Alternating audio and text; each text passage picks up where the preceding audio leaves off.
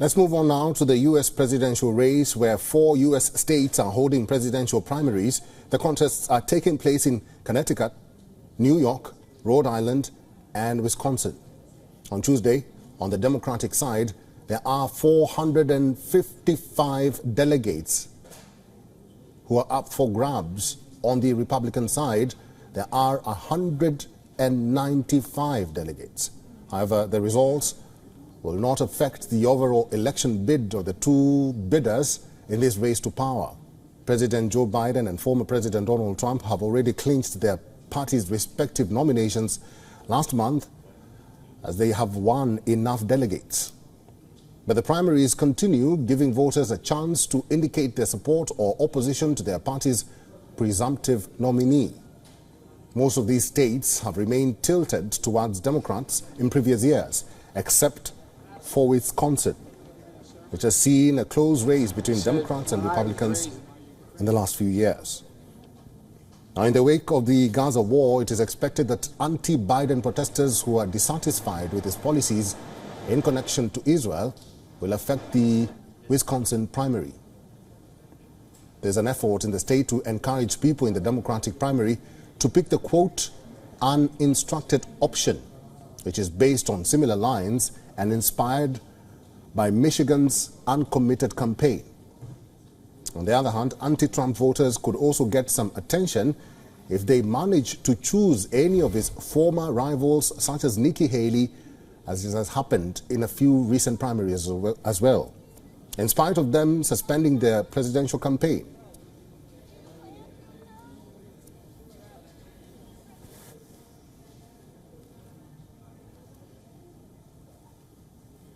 Let's talk more about this. Our correspondent Susan Teherani is now joining us live from New York. Susan Teherani, good to see you again. Probably you can give us an update on this primaries in that state where you are.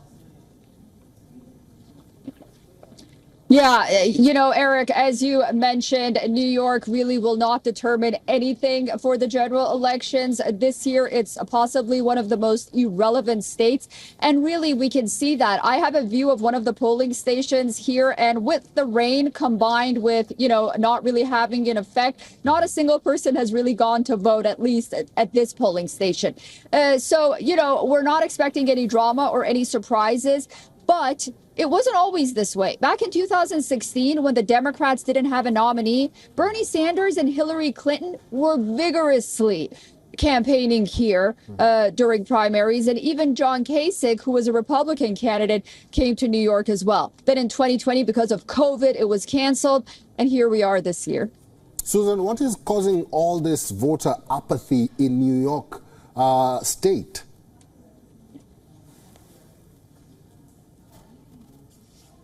Yeah. So two things. Are you talking about the migrants, that illegal migrants having the right to vote, or the uncommitted call by progressives?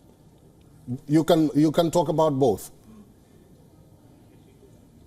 Okay. So first of all, in New York State, there was a bill that non-citizens would be able to vote. That was shut down, at least for now. One of the primary reasons for that was because of the illegal migrants who have come here in New York, and by being able to vote, that was a path to citizenship with them. And it's, against the Constitution for non-citizens to vote. So that was one argument.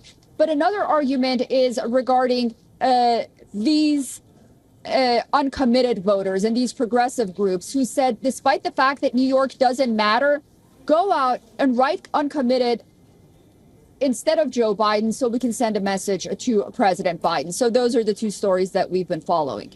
All right. I've been talking to our correspondent, Susan Teherani, live in New York. Susan, thank you. For all the latest news, download the WION app and subscribe to our YouTube channel.